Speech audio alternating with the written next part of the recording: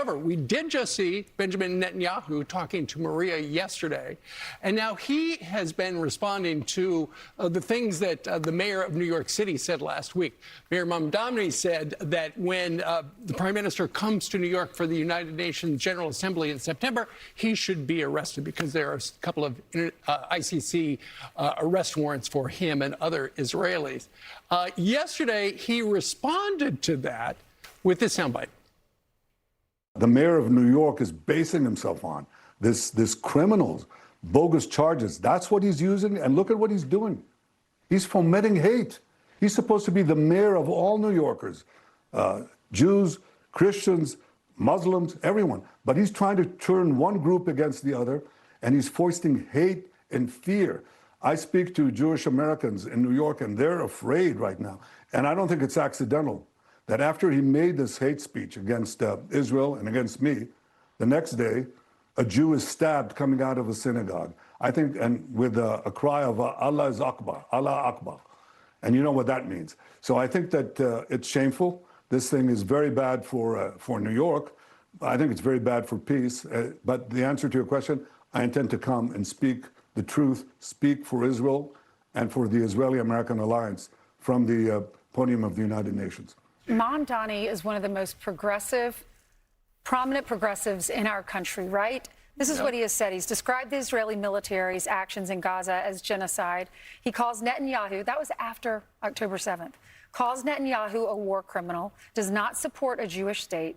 And he's just been very critical of the Israeli government. And that is why some 9/11 victims are calling for Mamdani to be banned from the 25th anniversary of 9/11. They have the big ceremony downtown, and they don't want him there. So they're change.org, there's a petition, and they're saying, please sign this to support the honor the memory of those that were lost on September 11th with dignity. 1,100 signatures so far when the New York Post printed that story. This is what it says. For 9/11 families, this is not simply a public ceremony. It is a deeply personal day of mourning.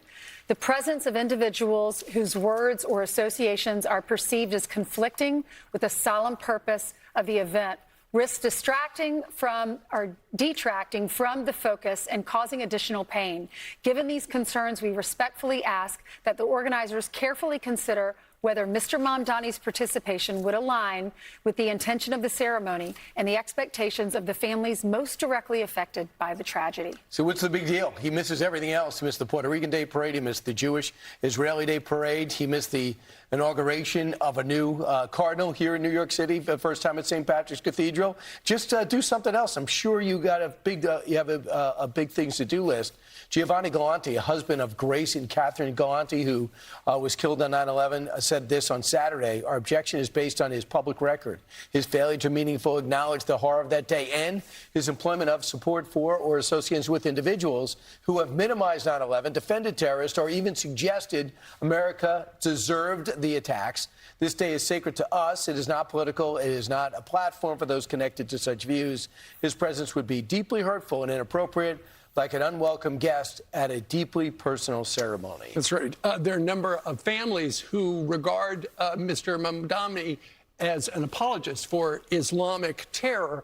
And in the meantime, you know, he's got a subscription to the New York Post. He sees what people are saying about him. His spokesperson said this to the Post. Mayor Mamdani will proudly honor the families, survivors, and first responders forever impacted by those devastating attacks by standing alongside them at this year's 9/11 commemoration, reaffirming that we will never forget the solemn day felt by all of us who call this city home. Steve, I'm just being told the change.org petition, when I read the article, it had 1,100 signatures. Our producers are telling us now 11,000.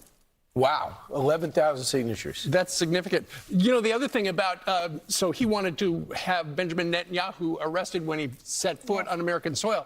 Netanyahu later today is flying to Washington, D.C. for the Lindsey Graham ceremony service tomorrow. He's going to meet with the President of the United States. I don't think anybody's going to try anything. I can't believe how many leaders have talked about Lindsey Graham and the role they played. He played, and also the Prime Minister is going to be there. So is President Zelensky. Yep. Yeah. What a friend he's been, and also he wants to be here. He's going to meet with the President, and Prime Minister Netanyahu will meet with the President. Be sure to like and subscribe for all the Fox News latest on YouTube and catch full shows streaming now on Fox One.